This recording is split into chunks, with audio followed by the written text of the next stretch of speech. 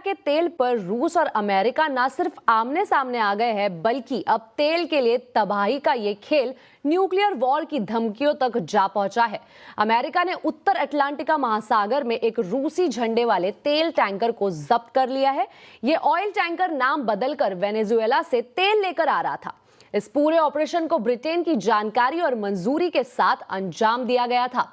इस बीच white house के उपप्रमुख स्टीफन मिलर ने कहा कि सिर्फ उन्हीं जहाजों को समुद्री ऊर्जा परिवहन की अनुमति मिलेगी जो अमेरिकी कानून और राष्ट्रीय सुरक्षा के मुताबिक सही पाए जाएंगे। जिस जहाज को जब्त किया गया उसका पुराना नाम बेला 1 था और अब वो मरीनेरा के नाम से रजिस्टर्ड थी।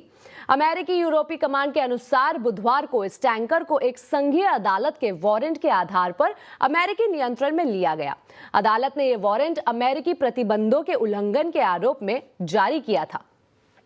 तो अब रूस का पारा America recovery, and that is ensuring that American, Western, and other companies have access to the Venezuelan market in a way that's fair. Also, at the same time, begin to create the process of reconciliation nationally within Venezuela, so that the opposition forces can be amnestied and released, and from prisons or brought back to the country, and begin to rebuild civil society.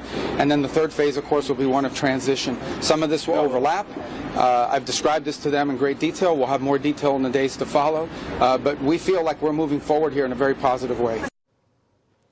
अब रूस का पारा America की इस हरकत के बाद चढ़ा हुआ है। रूस ने साफ किया है कि अमेरिका खुलेआम इंटरनेशनल मैरीटाइम कानून का उल्लंघन कर रहा है। बताया जा रहा है कि अमेरिका ने वेनेजुएला से भाग रहे इस डार्क फ्लीट टैंकर को पकड़ा है। रूस ने उसकी रक्षा के लिए अपनी परमाणु पनडुब्बी BS-329 बेल्गो रोड को तैनात करने का ऐलान किया था। हालांकि अमेरिका अधिकारियों के मुताबिक वेनेजुएला से डार्क फ्लीट टैंकर तक रूसी पनडुब्बी और युद्धपोतों के पहुंचने से पहले ही उसे आइलैंड और ब्रिटिश द्वीपों के बीच पकड़ लिया गया।